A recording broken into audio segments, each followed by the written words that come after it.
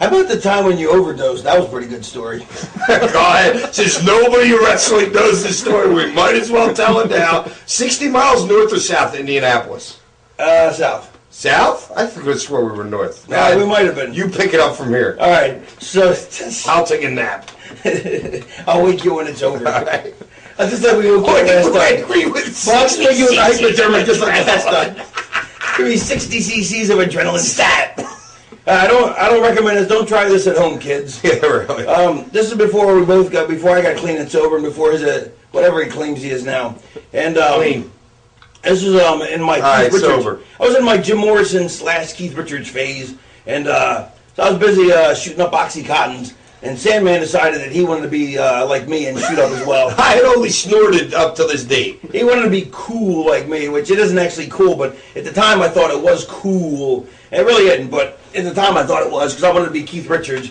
But I was actually in my Jim Morrison phase because I had my leather pants that I wore every day. Oh, you did wear them leather pants. But they never smelled, though. They never smelled. Leather pants don't smell. And then I had the full facial beard and the long hair, and I had the big like Jim Morrison belly. Right? Was that? Yeah, like 99, right? Yeah, the second ECW run. Yeah. And I was a mess. It was February 15th. Really, was it? Because remember, I almost died on New Year's Day that nobody knew about. New Year's Day, I almost bled to death from that ulcer, and then that was the second time in like a month that I had almost died. Yeah. I was code blue twice in a month. Damn hard luck. I mean, that you almost died. I mean, yeah, I know. Anyway, so it was the same year Virginia played Florida State in the college. It actually is a pretty fucked up story. I mean, we're making light of it, but it's actually pretty fucked up. But but honestly, it's actually a pretty fucked up story. But there's some really funny highlights in it. Is what's entertaining about it. Yeah, that's right, Daddy. His lips are turning blue. Yeah, there's some funny spots in it. It's really not funny, and I'm not proud of it. If we didn't laugh about it now, we'd be crying. Exactly, and I'm not proud of it, and I'm honestly, not to make like a public service message, but I'm not glad. I'm glad I did it, but I'm so glad I'm clean. I would never go back and do it again. And I don't know how I survived it. I'm glad I did, but I'll never go back and do it again. I mean, I'm so fucking lucky I survived it. I don't know how I survived being your friend through it. Yeah, and I don't recommend anybody doing it. I mean, it's not cool and it's not fucking. It's just I had a lot of fucking issues, a lot of baggage. I had so many issues. I should have started my own magazine. Oh, God. Put that over. That's so many. That's tremendous. I had so much baggage. I needed a porter to carry them. Anyway, whatever, you wouldn't tip them. Anyway, so we're driving. So 60 miles south. We pull over the sleaziest bathroom we could find. Wait a minute, who's in the car? I thought it was. I'll get there. I pull over the sleaziest bathroom we could find because me and Sammy always had to do everything the sleaziest way we could. And there's so I got my kit out with all my works, and so we tied off, and so I'm shooting up, and then Sandman says, I give him like the little baby dose, and he's like, no, I want the bigger dose. I'm like, you're not ready for it. He's like, you idiot face. If you can do it, I can. I'm like, no, you can't. I'm like, I'm prepared. I've been training. I've been doing it for a lot longer. He's like, I can do it. So I'm like, all right, whatever. So he does it. We get back in the car, and I mean, this is the sleaziest bathroom. It's like the bathroom in the movie Train Spotting, where the guy crawls into the toilet. It's except it's a little worse. I remember everything getting into the car. So we get into the car, and in the front seat, it's Rhino driving. It's the first time Rhino had ever ridden with us, too. Oh, God. He was a straight guy. Yeah, the Rhino's completely straight. He's the first time he's ever ridden with us. He's in the front seat driving. I'm next to him. Behind me is Fonzie. Behind Rhino's Sandman. And all the way in the back is little Guido and all the bags, right? That's right. Right. And so we're driving. All of a sudden, Fonzie goes, "Hey, what's up, Daddy? Sandman's lips are turning blue." Hello, Daddy. Which, if you know Fonzie's just hilarious the way he says it. So funny. So we start panicking, like, what the fuck do we do? We're like, call 911. I'm like, so we call 911. It's like, they'll take my stash. They're like, all right, 911. We're like, we got a buddy who's OD. And like, how do you know? We think he is, because we don't want to stooge ourselves off. We want to save his life, but we don't want to stooge ourselves off. Exactly. So we're like, they're like, all right, well, they go, well, we took some Oxycontin. How do you know? Well, we just know. Well, okay. Well, where you at? We told them the mile marker. They go, well, there's an exit like 3 miles up. Go there. There's a gas station. We'll meet you there. We'll send paramedics. I'm like, all right. So as we're racing there, we're like, we got to get there first so we can dump out our bags out, all the drugs out.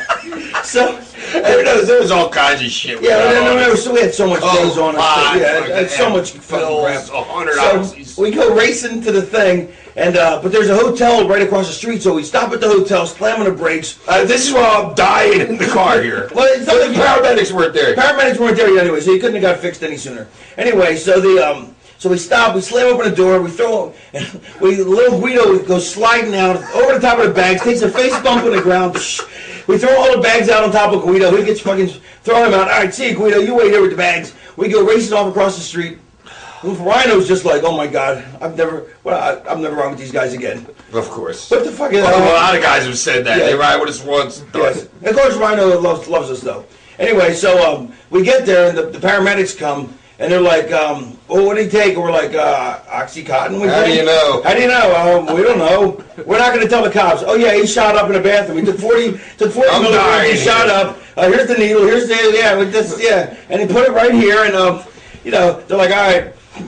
I don't know. Honestly, I can't remember what they did. He claims that they stuck a needle in him like in Pulp Fiction. I don't think. I know somebody told me that. I was dead. I don't think they actually do that. I was fucking code blue, flatline. You were code Jew until I see you. Alright, so I don't think they actually do that though. I don't know what they actually did, but they give them Narcan, I think, which is something that. But for the sake of the story, yeah, they hit him with adrenaline. For the sake of the story, they hit him with 50 cc's of adrenaline stat, and they revived him. So then, like a moron, the next day... That revived me there? Yeah, whatever. You started... Did I do the Undertaker shit up? Yeah, then he sits up like the Undertaker, and he goes, give me a... We poured a beer down the floor, he sat up like the Undertaker. Give me a beer. Yeah. And a smoke. And then so like a week later, he calls up, he's like, all right. He goes, all right, I'll take over from here. So... all I remember is waking up in the. I wake up in the hospital. I'm in like still in like the emergency room or something like that. I wake up. It's like 2:30 in the. It's like 2:30 at night, and I'm like, well, you know what? I asked the lady what happened. She goes like, you OD'd. I said, well, I'm getting out of here. And of course she's like, no, you can't leave. I'm like, all right. She appeased me for a minute, so I lay back down. And then I remember I woke up at like 6:30 in the morning. They still didn't want me to check myself out of the hospital. I just walked out, got on the phone, found out where those guys were. Got had a taxi bring me to the hotel. We slept for the afternoon. We get to the show the next day. I say, Scotty, give me some fucking works. Because I don't remember the first time I shot up. It was the only time I shot up in my life. I don't remember it. So I shot up. I did ecstasy and I shot up that afternoon. It was a week later. Nah, it was the next day. It's a week later. Right, next day. Well, to me, it's the next day. He goes, I go, what are you, an idiot? He goes, I got to get back on the horse. I get when you fall off a horse, you got to get back on it. Yeah. Well, I wanted to see what it felt like. And then once I shot like a 20 or something like that, I kind of liked it. I liked it too much, so I never did it again after that. And that's why kids don't do drugs, because we're lucky that he survived. Or unlucky, depending on how you look at it. Yeah. Ellen is sitting here next to me. Oh my God, was she mad at me? She didn't find out until the bill. I got the bill. The bill showed up in my house. Yeah, it was an $8,000 bill from the hospital. Showed up in my house. She goes, "What's this?" I was like, "Oh yeah, I forgot to mention. I almost died on that day." What? That fucking Raven? Fucking Raven almost killed as soon as she found out I shot up, she knew it. She went right to him. Fucking Raven. She was hot. Fucking Raven. Oh my God.